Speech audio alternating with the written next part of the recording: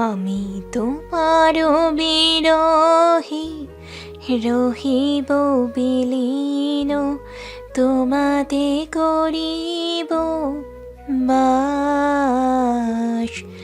দীর্ঘ দিবস দীর্ঘ রজনী, দীর্ঘ বরষ মাস।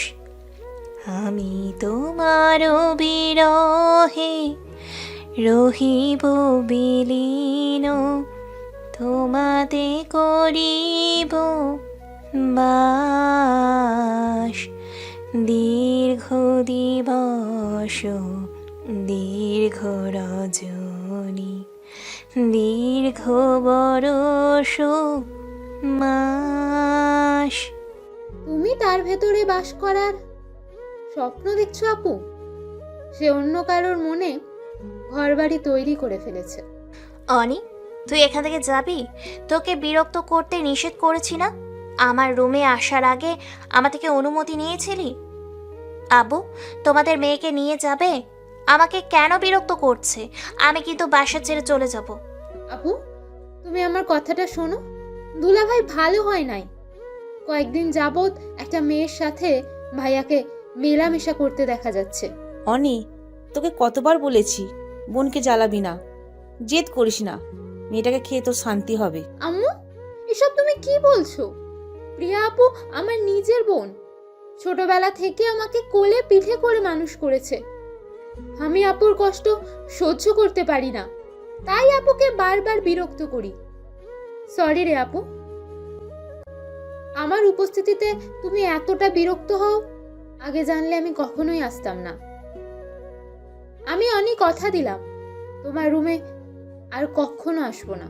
বলেই অনি রুম ত্যাগ করলো। অনির মা মিসেস রোমানা খান মেয়ের পিছনে পিছনে গেল। প্রিয়া বিরক্ত হয়ে ফোন হাতে নিল।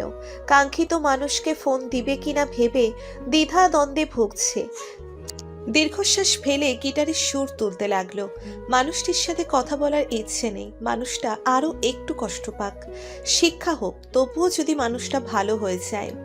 কথায় আছে না, অতিরিক্ত কোনো কিছুই ভালো না। প্রিয়া কি একটু বেশি করে ফেলছে?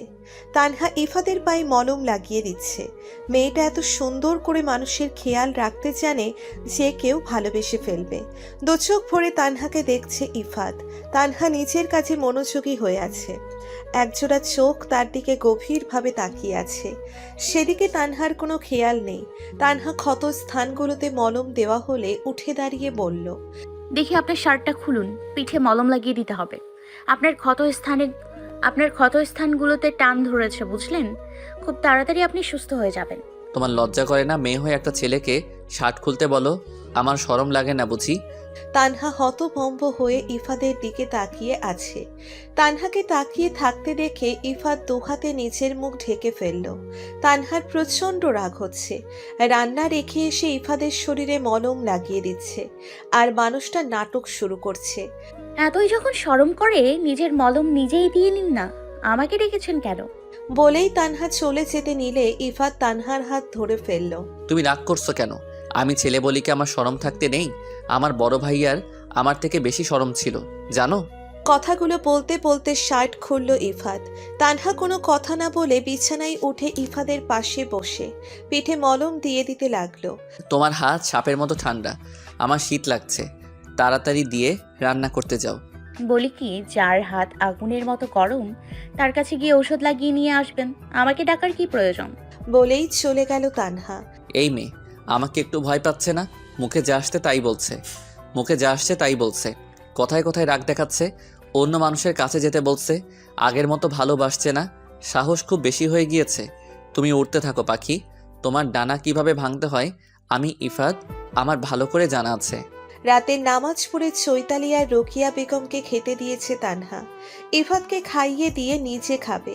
ওদের খেতে দিয়ে ইফাদের জন্য রুমে খাবার নিয়ে আসলো। শুনছেন? না। কেন? আমার বউ আমাকে দেখতে পারে না। আপনার বউকে? তানহা। তানহা কে? আমার বাবুর আম্মু। ইফাদের এমন কথায় তানহা লজ্জা পেয়ে গেল। দিন দিন মানুষটা কেমন কথাবার্তা বলতে শুরু করে দিয়েছে। দিন দিন মানুষটা কেমন কথাবার্তা বলতে শুরু করে দিয়েছে? আপনার জন্য খাবার নিয়ে আসছি, খেয়ে নিন। ঔষধ খেতে হবে আপনার। আমার হাতে প্রচণ্ড ব্যথা করছে, খেতে পারবো না। আপনার হাতের কি হলো? আপনার হাত না একটু আগেও ঠিক ছিল? আমি খাবো না, তুমি খাবার নিয়ে চলে যাও। আমার ঘুম পেয়েছে, আমাকে ঘুমাতে দাও, বিরক্ত করো না। তানহা খাবার টেবিলে রেখে নিজের ঠান্ডা হাত দুটো ইফাদের গালে চেপে ধরল। ইফাত আউ করে তানহার দিকে ঘুরল। আমি কে চিনো তো? আমি আমি কে চেনেন তো? আমি হলাম ইফাত, যার কাছে সবাই হার মানে। আমি হলাম ইফাদের বউ। যে ইফাত সবাইকে হার মানায়, সেই ইফাত নিজে আমার কাছে হার মানে। কিছুটা ভাব নিয়ে বলল তানহা। ইফাত তানহার দিকে তাকিয়ে মুখ বাঁকিয়ে অন্য দিকে ঘুরল। তানহা ইফাতকে টেনে তুলে বসালো। ভাত মেখে ইফাদের মুখের সামনে ধরল। ইফাত অন্যদিকে মুখ ঘুরিয়ে নিল। আমি কিন্তু না খেয়ে আছি, অনেক ক্ষুধা লেগেছে। আপনাকে খাইয়ে দিয়ে তারপরে আমি খাবো। আপনি যে আমার হাতে খাওয়ার জন্য ভণ্ডামি করছেন, এতটুকু বুঝতে তানহার 1 সেকেন্ডও সময় লাগে নাই। নাটক বাদ দিয়ে খেতে শুরু করুন। ইফাত এক লোকমা ভাত মুখে নিতে নিতে বলল। জানোই যখন তোমার হাতে খাওয়ার জন্য এমন করছি, তাহলে খাইয়ে না দিয়ে এত কথা বললে কেন? খাওয়ার সময় কথা বলতে হয় না, চুপ থাকুন। তানহা ইফাতকে খাইয়ে দিল। ঔষধ খাইয়ে দিয়ে নিজেও খেতে চলে গেল। ইফাত শুয়ে শুয়ে ফোনে স্ক্রল করছে। তানহা এসে ইফাদের পাশে শুয়ে পড়ল। কোনো কথা না বলে ফোন হাতে নিয়ে ফোনের দিকে মনোযোগী হলো। ইফাত ফোন রেখে ভ্রু কুঁচকে তাকিয়ে আছে। আবির ফ্রেন্ড রিকোয়েস্ট দিয়েছে তানহাকে, মেসেজও করেছে অনেক। তানহা পড়তে শুরু করলো। তানহা, আমি জানি আমি অনেক অন্যায় করেছি। আমি জানি না আমার অন্যায়ের ক্ষমা পাবো কিনা, তবে আজ আমি অনুতপ্ত। হ্যাঁ, আমি আমার করার অন্যায়ের জন্য অনুতপ্ত। প্লিজ তুই আমাকে ক্ষমা করে দে। আমি তোকে একটা সময় ভালোবাসতাম, সেই ভালোবাসাকে না পেয়ে এমন পাগলামি করেছি। এখন আমি সবকিছু বুঝতে পারছি আমি কত বড় ভুল করেছি। ভালোবাসলেই কি পেতে হবে? ভালোবাসা মানুষের সুখে তো আমার প্রকৃত সুখ। তুই ভালো থাক, তোর সংসারের সুখের কমতি যেন না রাখে আল্লাহ তাআলা। বড় ভাই হিসাবে আমাকে মাফ করে দিস, জন্য তোদের মধ্যে কোনো সমস্যা হবে না, কথা দিলাম। ইফাতকে নিয়ে আমাদের বাসায় বেড়াতে আসিস। আর কতদিন আম্মু আর আমার উপর রাগ করে থাকবি? আব্বু তোর জন্য অনেক কষ্ট পায়। তোর যদি একটু দয়া হয় আমাদের প্রতি, তাহলে একবার এসে দেখা মেসেজের উত্তর দিস। মন না টানলে দেওয়া দরকার নেই। আবির। মেসেজটা পড়ে তানহা বিরক্তি প্রকাশ করলো। যতই হোক রক্তের টান আছে দুজনের, একই বংশের ছেলে মেয়ে তানহা ও আবির। না চাইতেও ইচ্ছে করছে আবিরের সাথে কথা বলতে, কিন্তু রাস্তার মধ্যে মারের কথা, কলেজের অপমানের কথা মনে পড়তেই রাগের শরীর কাঁপুনি দিয়ে উঠল তানহার। ইফাত ছো মেরে তানহার হাত থেকে ফোনটা কেড়ে নিল। তানহা ভীত দৃষ্টিতে ইফাদের দিকে তাকালো। ইফাত যদি ভুল বোঝে। ইফাত আবিরের মেসেজ মনোযোগ দিয়ে পড়তে শুরু করলো। পড়া শেষ করে তানহার দিকে তাকালো। ভাইয়ের সাথে কথা বলার জন্যে আমার সাথে কথা বলার প্রয়োজন মনে করলে না? তানহাকে কিছু বলতে না দিয়ে আবিরের রিকোয়েস্ট অ্যাকসেপ্ট করে দিল। আবির অনলাইনে আছে দেখেই ইফাত তানহার হাতে ফোন দিয়ে বলল। তোমার ভাই অনলাইনে আছে, কথা বলো। বলেই অন্যদিকে ঘুরে শুয়ে পড়ল। যা বাবা, আমি কি করলাম? আমি তো আবির ভাইয়ার মেসেজের উত্তরই দিই নাই, তার ফ্রেন্ড রিকোয়েস্ট অ্যাকসেপ্টও করি নাই। আপনি কেন করে দিলেন? ইফাদের থেকে কোনো উত্তর আসলো না। তানহার মনটা খারাপ হয়ে গেল। তানহা ফ্রেন্ড রিকোয়েস্ট অ্যাকসেপ্ট করেছে দেখে আবির প্রচন্ড খুশি হলো। আবার লিখলো। কেমন আছিস তানহা? আমাকে কি মাফ করা যায় না? আমি তোরই তো ভাই, এবারের মতো মাফ করে দে বোন আমার। তানহা ভয়ে ডাটা অফ করে চুপটি মেরে শুয়ে পড়ল। ইফাত তার সাথে কথা বলছে না দেখে মনটা অস্থির হয়ে উঠেছে। ভয়ে ডাকতেও পারছে না। ছটফট করতে করতে তানহা ঘুমিয়ে গেল। পরের দিন সকালবেলা, শীতের সকাল, কুয়াশার চাদরে ঢেকে আছে পুরো শহর। ফাঁকা রাস্তার মাঝখানে গোল গোল হয়ে ঘুরছে চৈতালি। বিশাল গাছের নিচে দাঁড়িয়ে চৈতালির পাগলামি দেখছে আবির। কটা দিন ধরে চৈতালি জেদ ধরে আছে একটা কুয়াশার সকাল আবিরের সাথে কাটাতে চায়। দুজন হাতে হাত রেখে ঘাসের ডগায় জমে থাকা শিশির বিন্দুর ওপরে দিয়ে হাঁটতে চায়। শিশির বিন্দুর ওপর দিয়ে হাঁটতে চায়। প্রথমে আবির রাজি ছিল না, চৈতালির পাগলামি দেখে রাজি হয়ে যায়। স্যার জানেন, অনেক দিনের ইচ্ছা পূর্ণ হলো। আমাকে কয়েকটা ছবি তুলে দেবেন? এত সকাল সকাল বাসা থেকে বের হয়েছো? তোমার বাসার লোকজন কিছু বলবে না? এত সকালে কেউ ওঠে নাই। ফজরের সময় উঠে নামাজ পড়ে সবাই আবার ঘুমিয়ে যায়। সবাই জেগে যাওয়ার আগেই বাসায় ফিরে যাব। এত সকালবেলা একলা একটা মেয়ে একটা ছেলের সাথে ঘুরতে বের হয়েছে, তোমার কি ভয় লাগে না? আবিরের কথা শুনে চৈতালি ভয় পেয়ে গেল। সত্যি তো, এমনভাবে ভেবে দেখে নাই। চৈতালির ভয়ের তো চেহারা দেখে আবির শব্দ করে হেসে ফেলল। আরে পাগলি, মজা করেছি, দাও তোমার কয়টা ছবি। আবির তানহার কয়টা ছবি তুলে দিল। চৈতালি আবিরকে একটা ভিডিও বানিয়ে দিতে বলল। আবির বাধ্য ছেলের মতো চৈতালির কথা শুনছে। ভেতরে ভেতরে বিরক্তি প্রকাশ করলো, মুখে কিছু বলল না। চৈতালি ভিডিও বানানোর জন্য রাস্তার মাঝখান থেকে হালকা করে ধরে দৌড় দিতে শুরু করলো। কুয়াশার জন্য সামনের দিকে কিছু দেখা যাচ্ছে না ভালো করে। আবির চৈতালির পেছনে পেছনে আসছে। হঠাৎ করে সাদা রঙের একটা গাড়ি এসে চৈতালিকে ধাক্কা দিল। চৈতালির সাথে সাথে মাটিতে পড়ে গেল। আবির দৌড়ে এসে চৈতালিকে তুলল। গাড়িটা ধীর গতিতে চলছিল, সেজন্য চৈতালির বেশি ক্ষতি হয় নাই। শরীরে হালকা ব্যথা পেয়েছে। শীতের দিনে একটু ব্যথা লাগলে কলিজা বেরিয়ে আসার উপক্রম হয়। গাড়িটা দাঁড়িয়ে আছে। চৈতালি গাড়ির দিকে ক্রোধিত দৃষ্টিতে তাকিয়ে আছে। গাড়ি থেকে চোখ কালো সানগ্লাস পরা একজন সুদর্শন যুবক বেরিয়ে আসলো। দুধে আলতা গায়ের রং। ছেলে মানুষ আবার এত ফর্সা হয় নাকি? ছেলে মানুষ এত ফর্সা হলে ভালো লাগে না। চোখ ধাঁধানো রূপ যুবকটির পরনে কালো শার্ট, কালো জিন্স, কালো জুতা। চৈতালির মুখ দিয়ে অটোমেটিক বেরিয়ে আসলো, মাশাল্লাহ, শরীরে নেই শীতের কাপড়। মানুষটার শীত লাগে না নাকি? আবিরের থেকে বেশি ফর্সা ছেলেটি। চৈতালি নিজের দৃষ্টি সংযত করে নিল। নিজেই নিজেকে ধিক্কার জানালো। যুবকটি চৈতালিকে পাত্তা না দিয়ে আবিরের কাছে আসলো। হে আবির ব্রো, কেমন আছিস? অনেকদিন পরে দেখা, কোথায় থাকিস? এই সাত সকালবেলা ফাঁকা রাস্তায় মেয়ে নিয়ে কি করিস? ফাইজ, তুই দেশে আসলি কবে? তুই যাকে মেয়ে বলেছিস ও আমার স্টুডেন্ট। টিচার আর স্টুডেন্ট তো স্কুল কলেজে থাকে, এই সাত সকালবেলা ফাঁকা রাস্তায় কি করে? তোদের টিচার স্টুডেন্টের সায়েন্সটা বুঝলাম না। ফায়েজের তেরাবেকা কথাটা আবিরের সহ্য হলো না। বরাবরই আবির ফাইজাকে সহ্য করতে পারে না। ফায়াজকে সহ্য করতে পারে না। ফায়াজ সবকিছুতে আবিরের থেকে এগিয়ে। ভদ্রতা সুলভ জবাব দিল। তোর শ্রুতির কি অবস্থা, কেমন আছে ভাবি? আবিরের কথা শুনে ফায়েজের চোখ দুটো অসম্ভবভাবে লাল হয়ে গেল। আবির যে ফায়েজের কাটা খায়ে নুনের ছিটা দিয়েছে তা আবির ভালো করেই বুঝতে পারছে। ফায়েজ আবিরের বুকে ধাক্কা মেরে বলল, বন্ধু আছিস, বন্ধুর মতো থাক, আমাকে জ্বালাতে আসিস না, নিজেই জ্বলে পড়ে যাবি। বলেই হন হন করে গাড়িতে উঠে চলে গেল।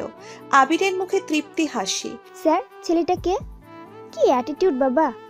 অমন রূপ মনে হয় কারো নেই। ভুল করেছে কোথায় সরি বলবে তা না, ভাব দেখে চলে গেল। আপনার ফ্রেন্ড নাকি? নিজে কখনো দেখেছো আবার অন্যের রূপ নিয়ে কথা বলতে চাচ্ছ? কি বললেন স্যার? ফাইজকে বললাম।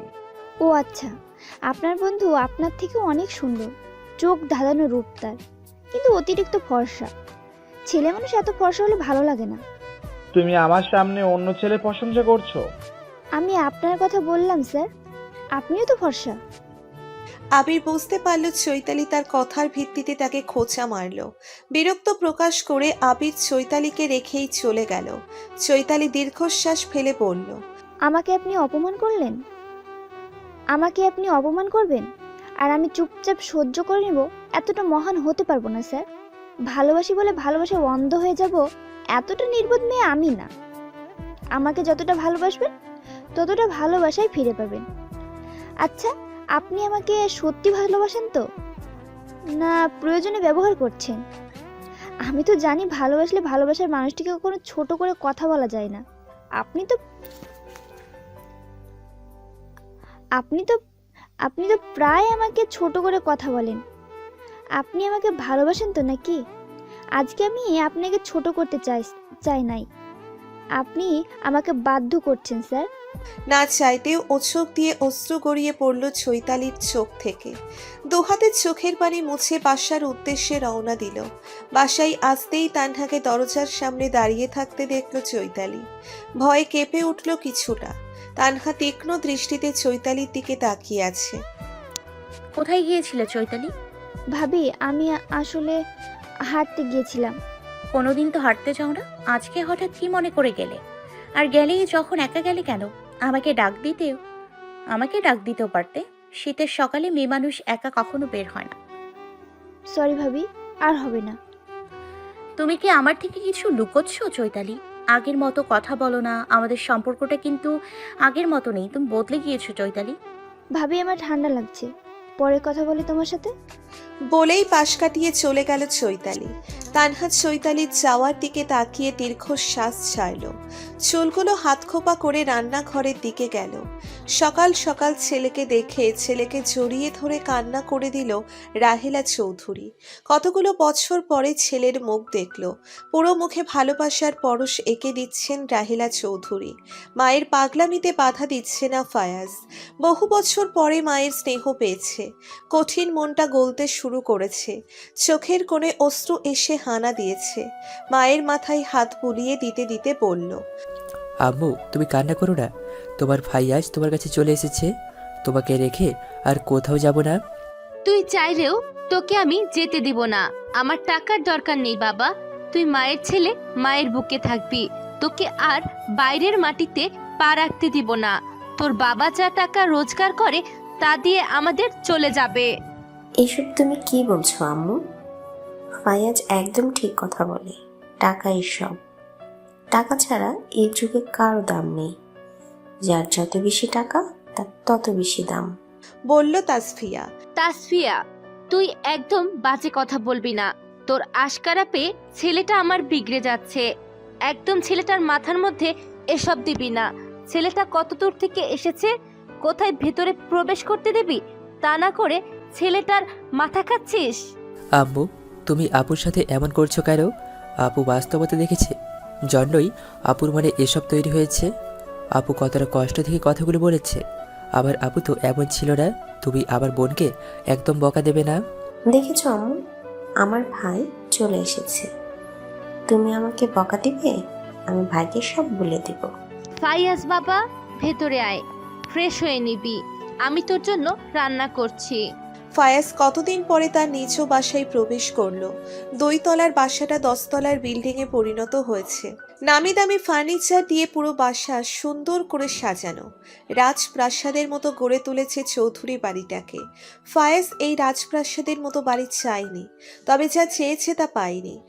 ভাবতেই দীর্ঘশ্বাস ছাড়ল।